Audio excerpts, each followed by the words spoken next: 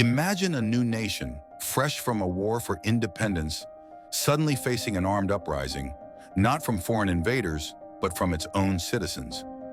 In 1794, just a few years after the U.S. Constitution was ratified, thousands of angry farmers took up arms against the federal government over something as simple as whiskey taxes.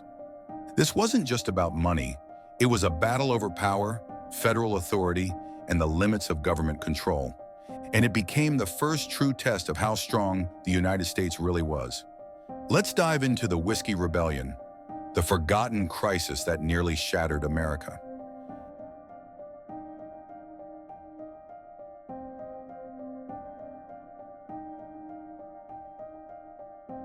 After winning the American Revolution, the new United States had a serious problem: money.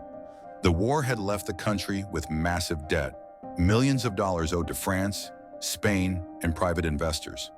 The government needed a way to pay it off, and fast. Enter Alexander Hamilton, the first U.S. Secretary of the Treasury. Hamilton had a plan: tax whiskey production. In 1791, Congress passed an excise tax on distilled spirits, the first ever tax on a domestic product in U.S. history. But there was a problem. Whiskey wasn't just a drink, it was currency for many frontier farmers. For rural communities where money was scarce, whiskey was used to trade, buy goods, and even pay wages. To them, taxing whiskey was like taking money straight from their pockets. Farmers, particularly in western Pennsylvania, were outraged. They saw this tax as an attack on their way of life, unfairly targeting the poor while benefiting wealthy Eastern elites. Many refused to pay, using intimidation and violence against tax collectors. Some burned down the homes of government officials, while others tarred and feathered tax agents, sending a clear message: we won't pay this tax. By 1794, resistance turned into full-scale rebellion. A militia of over 7,000 armed farmers gathered in Pittsburgh, threatening to march on the federal government.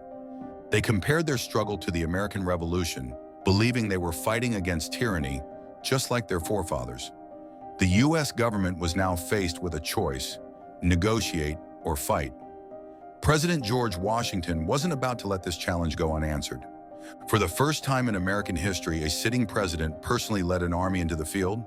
Washington, alongside Alexander Hamilton and General Henry Lee, assembled a force of 13,000 troops, larger than the army he commanded during the Revolution. His message was clear: the U.S. government would not be defied. The sight of thousands of federal troops marching toward Pennsylvania was enough to break the rebellion. Most of the rebels fled or surrendered without a fight, realizing they were no match for the U.S. Army. A few leaders were arrested, but Washington pardoned them in an act of reconciliation. Without a single battle, the Whiskey Rebellion collapsed. But the impact of this event was far from over. The Whiskey Rebellion proved that the federal government had the power to enforce its laws. It was the first real test of federal authority, and Washington made it clear: laws would be upheld, even if force was necessary. But the rebellion also sparked a larger debate. How much power should the federal government really have over the people? This question would divide Americans for decades to come. The Whiskey Rebellion set a precedent for how the government would handle domestic uprisings.